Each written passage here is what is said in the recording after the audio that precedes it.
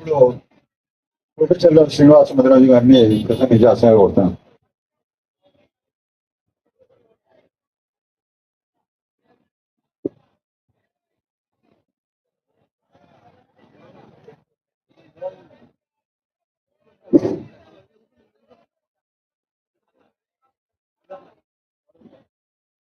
ఈ కార్యక్రమ సభాధ్యక్షులు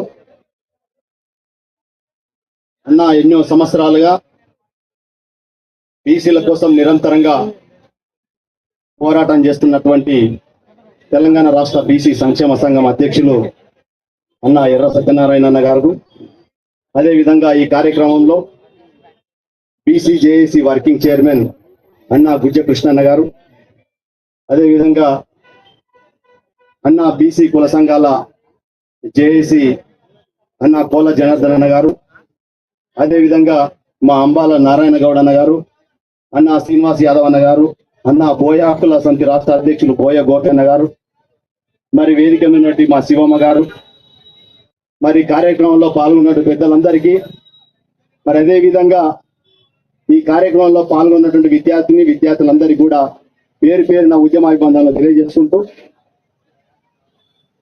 ఈరోజు అన్న ఎర్ర సత్యనారాయణ అన్న మన కోసం బడుగు విద్యార్థులు చదువుకోవాలని చెప్పి, బడుగులకు విద్య కావాలని చెప్పి నిరంతరంగా వీరి హక్కుల కోసం పోరాటం చేస్తూ, ఆ పోరాటంలో భాగంగా ఈరోజు ఏదైతే ఎస్సీ ఎస్టీ మాదిరిగా ఈసీ విద్యార్థులకు కూడా పూర్తిగా ఫీజు రియంబర్స్మెంట్ వర్తింపజేయాలని చెప్పి ఈరోజు అన్నగారు చేస్తున్నటువంటి ప్రధానమైన డిమాండ్. ఈరోజు ఫీజు రియంబర్స్మెంట్ స్కీమ్ అనేది ఈరోజు బీసీ సంఘాలు, ప్రజా సంఘాలు, అనేకమైనటువంటి సంఘాలన్నీ కూడా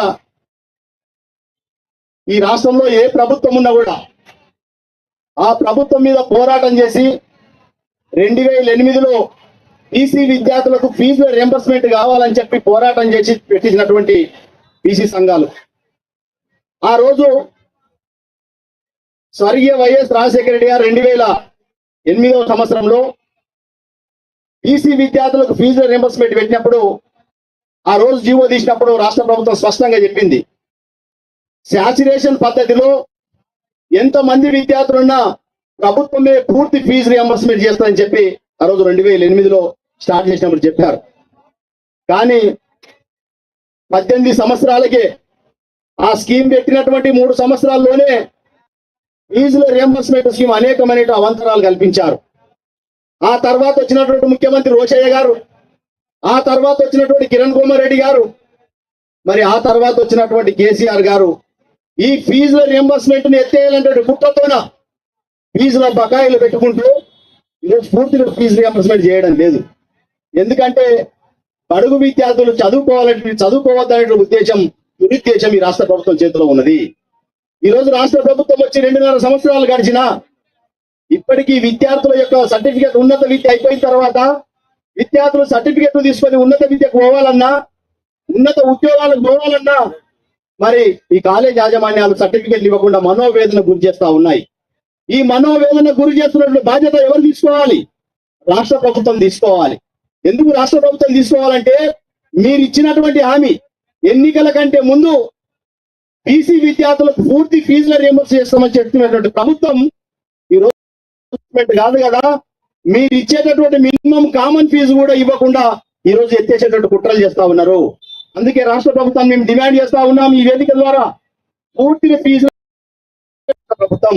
అదే విధంగా గత 4 సంవత్సరాలుగా పెండింగ్ లో ఉన్నటువంటి ఏదైతే 8,500 కోట్ల రూపాయలు పెండింగ్ లో పెట్టిందో వాటిని వెంటనే విడుదల చేయాలని చెప్పి కూడా మేము రాష్ట్ర ప్రభుత్వం డిమాండ్ చేస్తా ఉన్నాం. ఈ రోజు విద్యార్థులు అంటే మీకు ఎట్లా కనిపిస్తున్నారు? విద్యార్థుల త్యాగాలతోనే ఈ రోజు తెలంగాణ రాష్ట్రం వచ్చింది.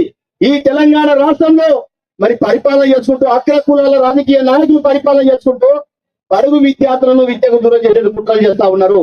ఓట్లేమో మావి, సీట్లేమో మీరు, పరిపాలిస్తున్నది మీరు, బానిసలుగా చేసి ఓట్లు వేయించుకుంటున్నట్టు మా బీసీ ప్రజలు ఈ రోజు ఆలోచించుకోవాల్సిన పరిస్థితి ఏర్పడ్డది. ఎందుకంటే ఓట్లు వేస్తా ఉన్నాం, వారిని గద్దెనెక్కిస్తా ఉన్నాం.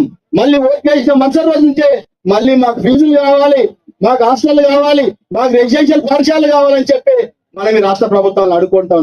ఇంకా అడుక్కుందామా మనం ఈ రోజు? అడుక్కోవాల్సిన అవసరం లేదు. ఈ రోజు మన విద్యార్థులతో చైతన్యం అయ్యారు, మన వాళ్ళు చైతన్యం అయ్యారు. ఈ రోజు విద్య ద్వారా మనం అందరం చైతన్యం అయ్యాం కాబట్టి ఈ రాష్ట్ర ప్రభుత్వాన్ని కనువిప్పు కలిగే విధంగా మనం ఏదైతే ఈ రోజు బీసీ సంఘాలుగా అనేకమైనటువంటి పోరాటాలు చేస్తా ఉన్నారు. ఎందుకంటే ఈ రోజు అనేకమైనటువంటి పోరాటాల ద్వారా ఈ రోజు ఫీజు రియంబర్స్మెంట్ వచ్చింది, రెసిడెన్షియల్ పాఠశాలలు వచ్చినాయి, సంక్షేమ హాస్టల్ వచ్చినాయి, అనేకమైనటువంటి ఫీజుల స్కీములు వచ్చిన తర్వాత కూడా మరి ఏ ప్రభుత్వం వచ్చినా విద్యకు దూరం చేసేటువంటి ప్రయత్నాలు చేస్తా ఉన్నారు.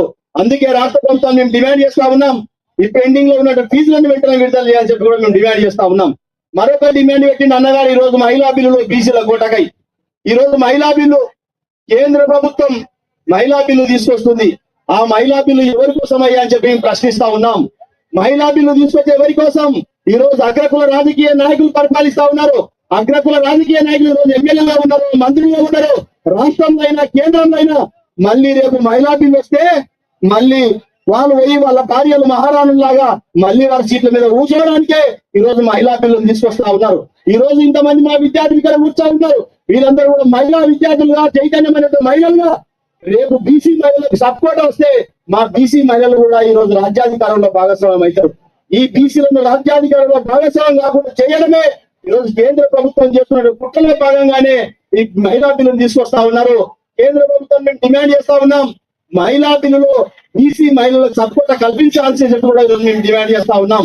కల్పించకపోతే ఈ రాష్ట్రం నుంచి దేశాల నుంచి దేశంలో ఉన్నటువంటి అన్ని రాష్ట్రాలను కలుపుకొని జాతీయ లెవెల్లో మరి రాష్ట్ర ఢిల్లీ లెవెల్లో బీసీ మహిళలందరూ కూడా దండెత్తాల్సిన పరిస్థితి ఏర్పడ్డది.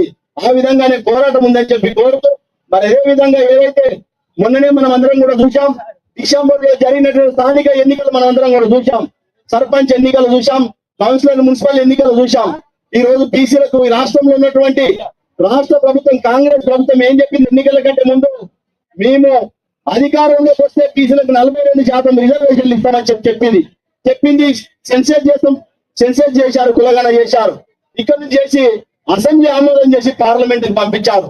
ఈ రోజు పార్లమెంట్ లో దొరికిపోయినటువంటి అంతా ఈ రోజు దేశంలో ఉన్నటువంటి బీసీ ప్రధానమంత్రి నరేంద్ర మోడీ గారు తీసుకుంటా ఉన్నారు. ఒక బీసీ ప్రధానమంత్రి అయింది ఈ దేశంలో బీసీలకు అందాల్సినటువంటి హక్కులు ఇవ్వకుండా మరి చేసినటువంటి 42% రిజర్వేషన్ల బిల్లును కేంద్ర ప్రభుత్వం తొక్కిపెట్టడాన్ని ఈ రోజు దేశవ్యాప్తంగా బీసీలందరూ కూడా నిరాకరిస్తా ఉన్నారు.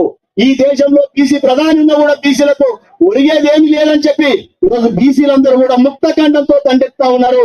అందుకే ఈ రోజు 42% రిజర్వేషన్ల విషయంలో కూడా మరి జాదుల సీనన్న గారి నేతృత్వంలో మరి జంతర్ మంతర్ దగ్గర అన్ని రాజకీయ పార్టీలు కలుపుకొని, ప్రజా సంఘాలు కలుపుకొని మరి జాతీయ దేవంలో జంతర్ మంతర్ దగ్గర ఈ దేశంలో ఎవరు చేయాలనేటువంటి ధర్నా కార్యక్రమాన్ని ఈ రాష్ట్ర ముఖ్యమంత్రిని తీసుకుపోయి నేల మీద కూర్చోబెట్టినటువంటి జాదుల సీనన్న గారు ఈ రోజు దేశంలో బీసీల కోసం అనేకమైనటువంటి పోరాటాలు చేస్తూ ఈ రోజు బీసీలకు కావాలని చెప్పి పోరాటం